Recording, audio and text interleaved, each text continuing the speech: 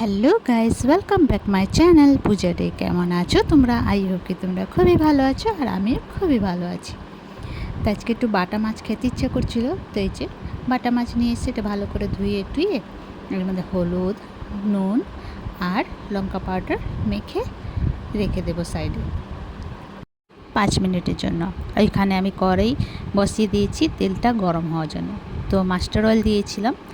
তো এই যে দেখো তেলটা গরম হয়ে গেছে, এবার এক একটা করে মাছটা আমি ফ্রাই করে নেব। তো এই যে ফ্রাই হয়ে গেছে, সব তুলে নিলাম। আবার একটা কড়াই বসিয়ে দেব সাইডে আমি। তো আজকে বানাবো কাঁচা সর্ষে দিয়ে মাছের ঝোল। তো এই যে কড়াই বসিয়ে দিলাম, কড়াই গরম হয়েছে, কড়াইয়ের মধ্যে দিয়ে দেবো মাস্টার অয়েল আর কালি জিরে আর এই যে আলুটা কেটে নিয়েছিলাম, ভালো করে ধুয়েও নিয়েছিলাম। এটাকে একটু ফ্রাই করব কালি জিরের সঙ্গে।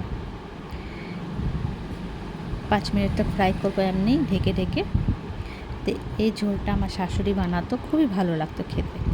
তারপর 2-3 বার নাড়াচাড়া করে এর মধ্যে কিছুটা মশলা দিয়ে দেবো স্বাদ অনুসার নুন, হলুদ গুঁড়ো আর লঙ্কা গুঁড়ো দিয়ে একটু ফ্রাই করব।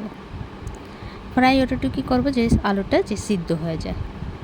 তো এই যে তারপরে একটু টমাটোর আর কাঁচা লঙ্কা দিয়ে দেবো, দিয়ে একটু নাড়াচাড়া করব 2-3 মিনিট তক।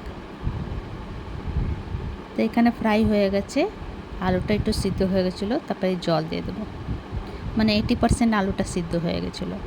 জল দিয়ে ঢেকে সিদ্ধ করে নেব।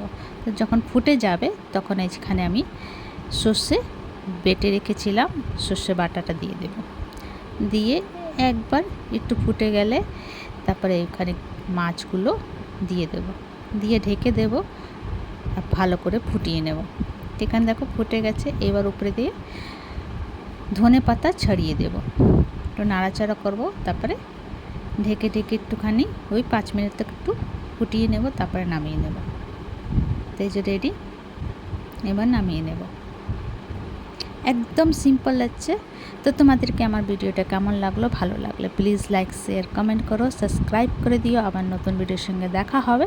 তো তোমরা সবাই ভালো থেকো, সুস্থ থেকো। ভিডিওটা কেমন লাগলো কমেন্ট করে নিশ্চয়ই জানিও। ইউটিউব দিয়ে দেখলে সাবস্ক্রাইব করে দিও, ফেসবুক দিয়ে দেখলে ফলো করে দিও। তো এই ঝোলটা খুবই ভালো লাগে। তো এটা কাঁচা সর্ষে মাছের ঝোল হচ্ছে, আমার শাশুড়ি খুব ভালো করে বানাতো।